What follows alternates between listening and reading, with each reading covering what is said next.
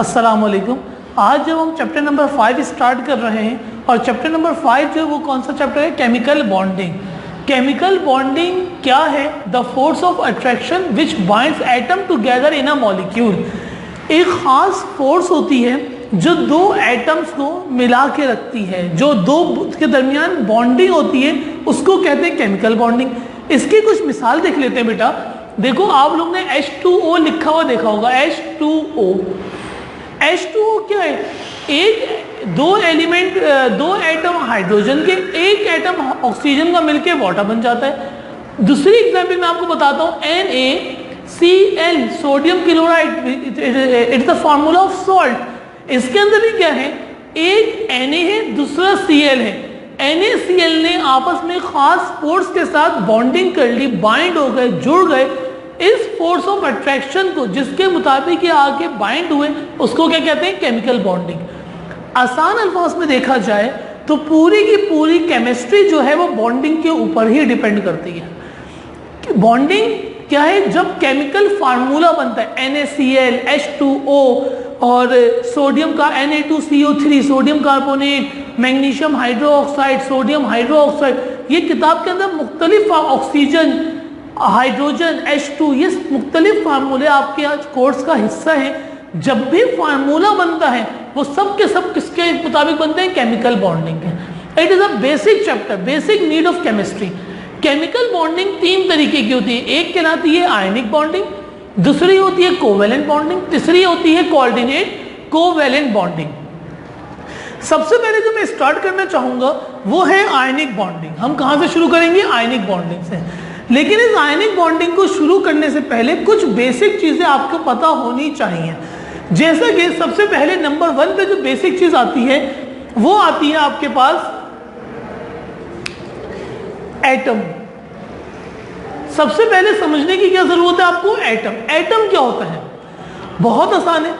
Atom क्या है? Atom के दरमियान में होता है न्यूक्लियस और आसपास इलेक्ट्रॉन क्या कर रहे होते हैं? मूव कर रहे होते हैं। आसपास क्या घूम रहे होते हैं? इलेक्ट्रॉन घूम रहे होते हैं। अब जो ये इलेक्ट्रॉन मूव करते हैं, इसकी एक खास क्वांटिटी है। दरमियान वाले को क्या कहते हैं? न्यूक्लियस। और जो आसपास जो शेल्फ, जहां पे इलेक्ट्रॉन मूव करते हैं, उसको क्या कहते हैं? शेल्फ या फिर ऑर्बिट। क्लियर है बात? अच्छा जी, ये जो शेल्स होते हैं जिसमें इलेक्ट्रॉन होते हैं, इसकी खास क्वांटिटी है। सबसे पहली बात, अगर ये पहला शेल है, मतलब ये n=1 है, शेल नंबर 1, अगर पहला शेल है तो उसके अंदर आते हैं 2 इलेक्ट्रॉन, दूसरे शेल में आते हैं 8 इलेक्ट्रॉन, तीसरे शेल में आते हैं 8 इलेक्ट्रॉन, एंड सो ऑन। जब इसकी जरूरत पड़ती जाएगी हम आपको बताते जाएंगे। तो क्या बात होगी? पहले शेल की कैपेसिटी सिर्फ और सिर्फ अपने पास 2 इलेक्ट्रॉन रखने की है। दूसरी शेल की कैपेसिटी अपने पास 8 इलेक्ट्रॉन रखने की है। अगर एक और शेल होता, मतलब मिसाल के तौर पे मैं दोबारा से बात रिपीट कर रहा हूं, पहले शेल की कितनी जिम्मेदारी है? सिर्फ और सिर्फ 2 इलेक्ट्रॉन रखने की। कितने इलेक्ट्रॉन रखने की? 2। अगर मैं बात करूं, अगर दूसरा शेल है, दूसरे शेल को मैंने रिप्रेजेंट कर दिया ब्लू पेन से, तो दूसरे शेल के अंदर कितने इलेक्ट्रॉन्स आ सकते हैं? 8। 1 2 3 4 5 6 7 8। क्लियर है बात? अगर इसके ये 2 शेल बने हुए, अगर शेल नंबर 3 होता, अगर क्या होता? शेल नंबर 3, तो मैंने इसको रिप्रेजेंट कर दिया किससे? रेड पेन से। सही है? अगर शेल नंबर 3 होता तो बेटा देखो होता क्या, इसके ऊपर एक शेल और होता और उसके अंदर 8 इलेक्ट्रॉन थे। 1 2 3 4 5 6 7 8। तो ये इसकी तरतीब है इलेक्ट्रॉन को फिल होने की। पहले शेल में 2 इलेक्ट्रॉन, दूसरे शेल में 8 इलेक्ट्रॉन, थर्ड शेल में भी 8 इलेक्ट्रॉन। यहां तक की बात समझ में आ गई? इसके बाद मैं आपको एक और चीज समझाना चाहूंगा, वो कहलाता है octet rule. OCTATE, octet rule. Octet rule के मुताबिक स्टेबिलिटी बेस है। क्या बेस है? स्टेबिलिटी। केमिस्ट्री, ये जो दो अल्फाज देखिए बहुत ही बेसिक है। केमिस्ट्री ना तो स्टेबिलिटी की बात की जाए तो केमिस्ट्री में हर चीज स्टेबल होना चाहती है, और स्टेबल होने के लिए ऑक्टेट रूल को फॉलो करना है। ऑक्टेट रूल का मतलब क्या होता है? Complete outermost shell, complete outermost shell. सही है भाई, आउटर मोस्ट शेल का कंप्लीट होना जरूरी है। अब ये आउटर मोस्ट शेल कंप्लीट कैसे होता है? जैसे इसके अंदर 8 इलेक्ट्रॉन इसकी मैक्सिमम कैपेसिटी है, 8 इलेक्ट्रॉन होना जरूरी है। अगर इसके अंदर 7 इलेक्ट्रॉन होते तो ये कंप्लीट नहीं है, तो इसलिए अपना 1 इलेक्ट्रॉन कहीं से लेता।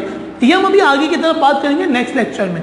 अच्छा जी, अब कंप्लीट ऑक्टेट रूल का होना जरूरी है। इस बात को आप लोग जहन में रखेंगे कि आउटर मोस्ट शेल कंप्लीट होना जरूरी है। एक आखिरी बात करके फिर मैं अपनी बात खत्म कर रहा हूं आज के पहले लेक्चर की। वो आखिरी बात क्या है जो बहुत इंपॉर्टेंट है, वे इसको आप लोग जहनशीन कर लीजिए। जब लॉस ऑफ इलेक्ट्रॉन होता है,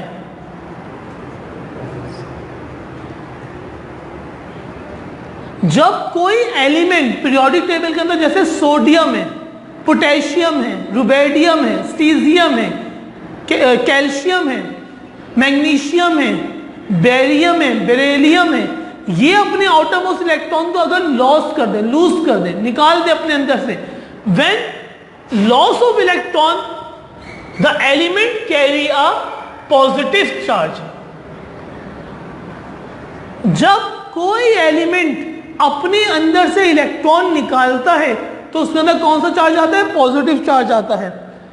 और इसके वाइस वर्सा, जो एलिमेंट इलेक्ट्रॉन को गेन करते हैं, गेन ऑफ इलेक्ट्रॉन जब होता है तो उसके ऊपर कौन सा चार्ज आता है?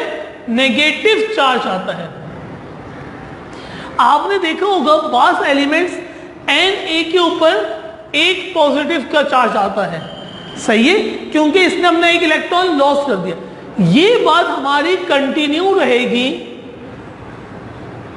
नेक्स्ट लेक्चर में, सही है मेरे बच्चों। देखो आज का लेक्चर में हमने क्या करना है, चैप्टर नंबर 5 के रजिस्टर में हेडिंग डालनी है, definition of chemical bonding. There are 3 types of chemical bonding, ionic bonding, covalent bonding, coordinate covalent bonding. फिर आयनिक बॉन्ड की बड़ी बड़ी हेडिंग डाल देनी है। नेक्स्ट लेक्चर में हम इंशाल्लाह आयनिक बॉन्ड से शुरू करेंगे, लेकिन उसके अंदर जिसको ये बात समझ, जैसे ही केमिकल बॉन्ड की हेडिंग डालें वहीं पे आप एटम लिखें और एटम के साथ साथ इसका स्ट्रक्चर बना लें, सही है। इसका स्ट्रक्चर 2-8, पहले शेल में 2 इलेक्ट्रॉन, दूसरे शेल में 8 इलेक्ट्रॉन और तीसरे शेल में 8 इलेक्ट्रॉन, सही बेटा। अस्सलाम वालेकुम वरहमतुल्लाहि वबरकातुहू।